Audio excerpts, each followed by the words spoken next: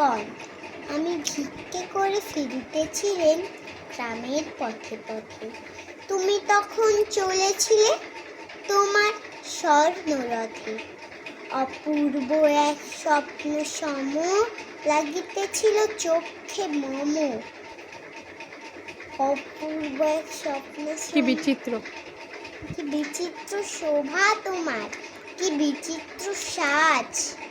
আমি মনে ভাবিতেছিলে এ কোন মহারাজ আজ শুভক্ষণে রাত পহালো ভেবেছিলেন তবে।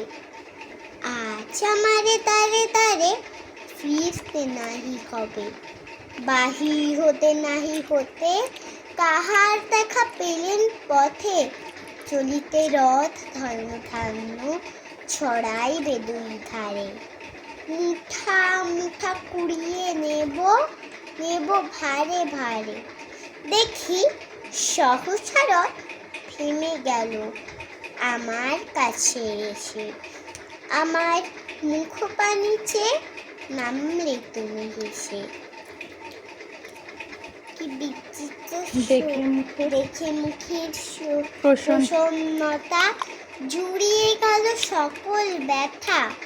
হেন কালে কিসের লাগি তুমি অকস্মাৎ আমায় কিছু দাও গো বলে বাড়িয়ে দিলে হাত। মুড়ে এ কি কথা রাজাধিরাজ, আমায় দাও গো কিছু। শুনে ক্ষণকালের তরে রহিল মাথা নিচু। তোমার কি বা অভাব আছে ভিখিরি ভিক্ষুকের কাছে। এ কেবল কৌতুকের বশে আমায় প্রপঞ্চনা। ঝুলি হতে দিলেন তুলে একটি ছোট্ট কণা।